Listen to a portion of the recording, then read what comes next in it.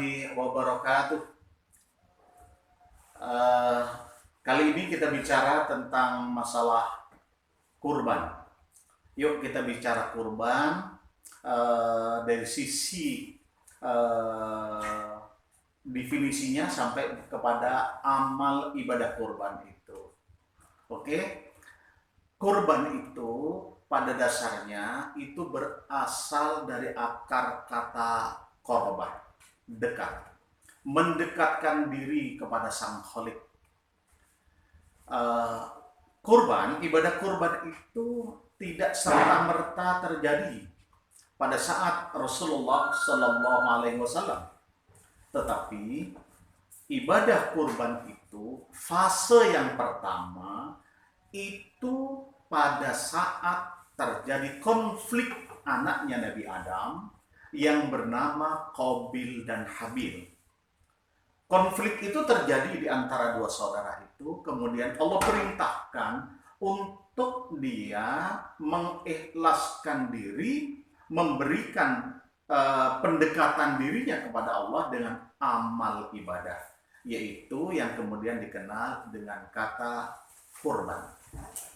Yang satu mengambil dari pulau hijau yang jelek, yang satu mengambil dari ternak yang terbaik. Maka kemudian Habil itu mengambil ternak yang terbaik. Itulah yang diterima oleh Allah Subhanahu wa Ta'ala. Itu fase kurban yang pertama. Kemudian berlanjutlah dari kisah Qabil dan Habil itu, kemudian sampailah kepada Abal Anbiya, yaitu Nabiullah Ibrahim alaihissalam. Ketika Nabi Ibrahim alaihissalam itu diuji oleh Allah Subhanahu wa Ta'ala, bagaimana bentuk dia seorang nabi itu kepada Allah Subhanahu wa Ta'ala, pendekatannya diuji oleh Allah untuk kemudian mengkorbankan anak satu-satunya yang dia cintai dan mencintai. Maka Ibrahim alaihissalam itu diberikan firman oleh Allah lewat mimpi, sampai terjadi proses 3 malam mimpi itu. Maka ketika Nabi Ibrahim meyakini bahwa firman mimpinya itu adalah benar, maka kemudian Ismail alaihissalam dibawalah oleh Nabi Ibrahim ketika terjadi dialog. Kalau saya bacakan itu dalam surat As-Saffat dimulai dari 102 itu. Kemudian ketika dibaringkan Nabi Ismail alaihissalam itu, dan ketika Nabi Ibrahim mengangkat pedang itu di atas tangannya, maka Allah berfirman, "Ya Ibrahim, qad saddaqta ru'ya," kata Allah. Maka berhentilah Nabi Ibrahim alaihissalam itu ketika Allah berkata, "Ya Ibrahim, qad saddaqta ru'ya," kamu sesungguhnya telah membenarkan mimpi itu Ibrahim. Itulah yang kemudian sadaqtah dari kata sadik, yaitu membenarkan. Maka kemudian berkembang pula zaman Rasulullah menjadi sadaqah. Ketika itu maka karena Nabi Ibrahim itu ikhlasnya kepada Allah, kasih sayangnya kepada Allah Subhanahu wa Ta'ala mengalahkan kasih sayangnya kepada anaknya, maka Allah Subhanahu wa Ta'ala berkata, "Inna kadzalika najzil muhsinin." Sesungguhnya kamu itu Ibrahim adalah termasuk orang-orang yang sudah berbuat kebajikan. Karena Nabi Ibrahim adalah orang yang berbuat kebajikan, maka Allah Subhanahu wa Ta'ala menggantikan posisi Ismail itu dengan kalimat wa fadainahu bidzabhin adzim. Maka apa yang telah dikerjakan Ibrahim dan Ismail itu, Allah menggantinya bidzabhin adzim, dengan sembelihan yang besar. Lah, kalimat Allah dalam surat As-Saffat ayat 107 ini, kalimat bidzabhin adzim, dengan sembelihan yang besar, ada yang mengatakan kepada para ulama setelah periodisasi ketiga, itu adalah merupakan sembelihan yang besar, unta, sapi, ada yang domba yang besar.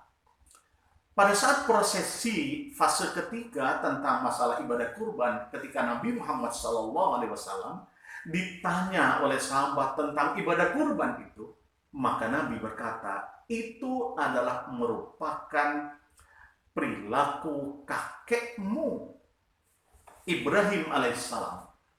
Maka Rasulullah SAW ketika berkata begitu, semua orang rame-rame, sahabat-sahabat Rasul, kemudian melaksanakan ibadah kurban.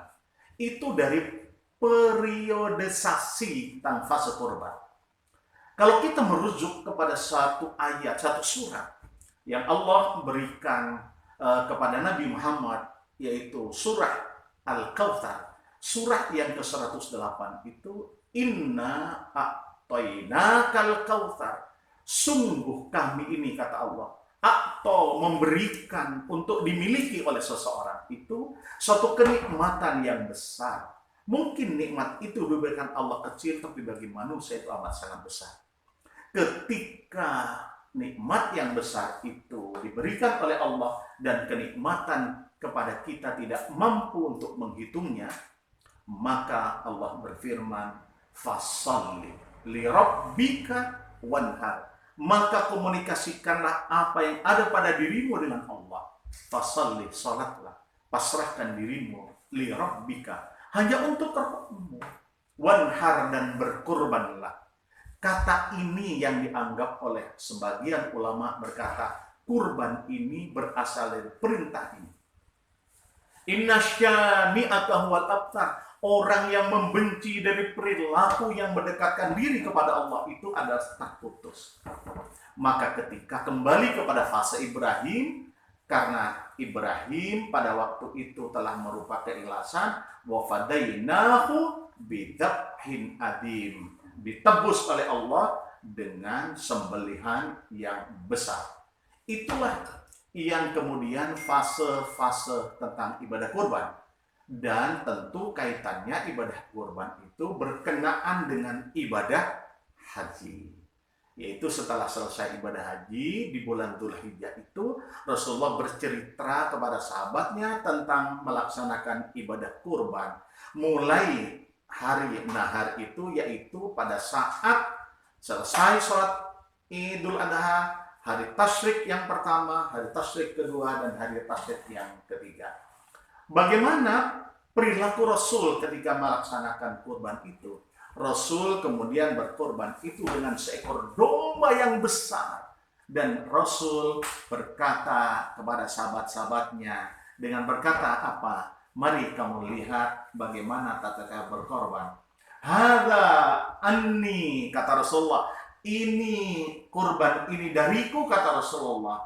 Wa ammal lam yudahhi min ummati, dan ini juga dari umatku yang tidak bisa melaksanakan kurban.